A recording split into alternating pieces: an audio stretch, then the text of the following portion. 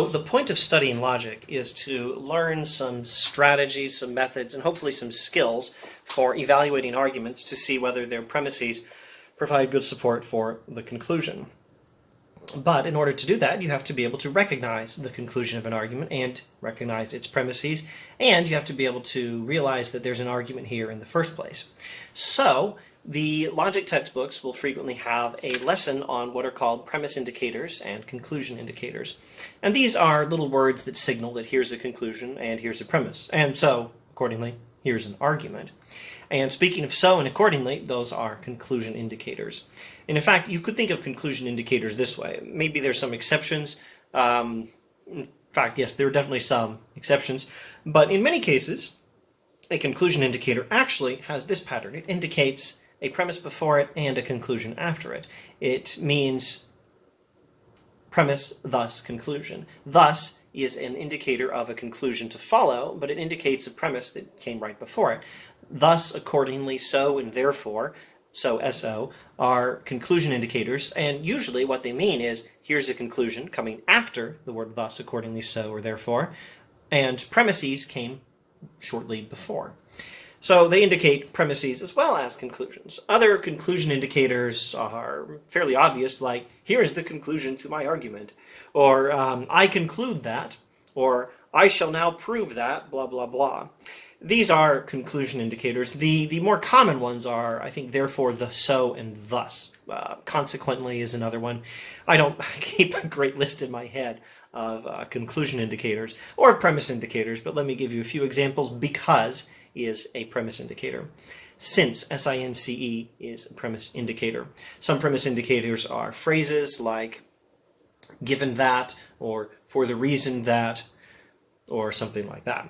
So, instead of giving you more and more examples of premise indicators and conclusion indicators, let me just give you some advice. You can find a good list in a logic textbook, or very likely you can just Google premise indicator and conclusion indicators and get a good list. So I'm not going to do that for you, but I'll give you a word of advice to be careful. Usually, I think the word therefore is going to mean premise, therefore conclusion.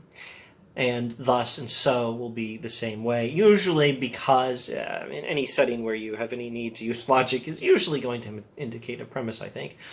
But there are exceptions. The word therefore does not always mean here comes a conclusion. In one homework exercise in, I believe, Copy's Introduction to Logic, you have this set of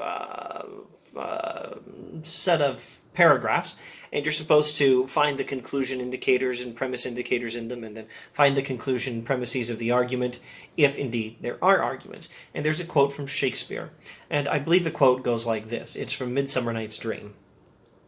Love looks not with the eyes, but with the mind, and therefore is winged Cupid painted blind.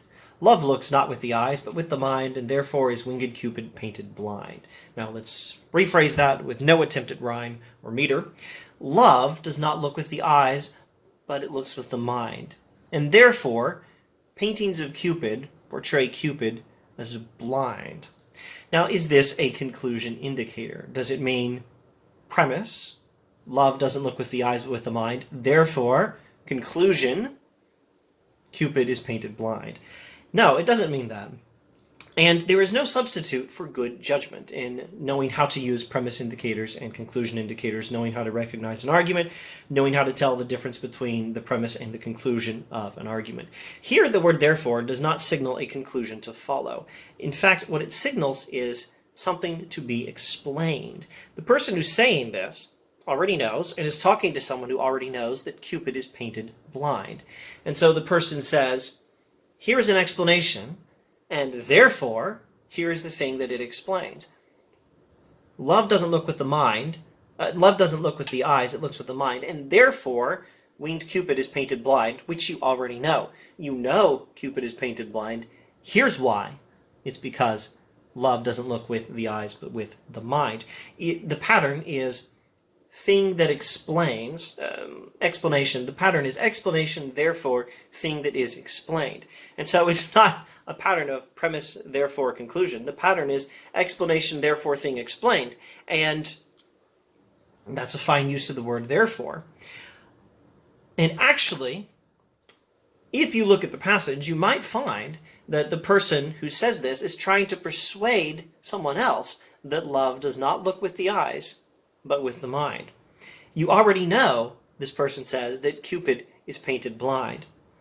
Now I'm giving you the explanation for it. And the fact that it does such a good job explaining this phenomenon that Cupid is painted blind is a reason you should believe that love looks not with the eyes, but with the mind. So, good job, Kobe, for putting such a great example in the homework. And to you I say, premise indicators and conclusion indicators are reliable ways of knowing where is a conclusion, where is a premise, and where is an argument in the first place. But there's no excuse for good judgment, and there are exceptions to how these words are used.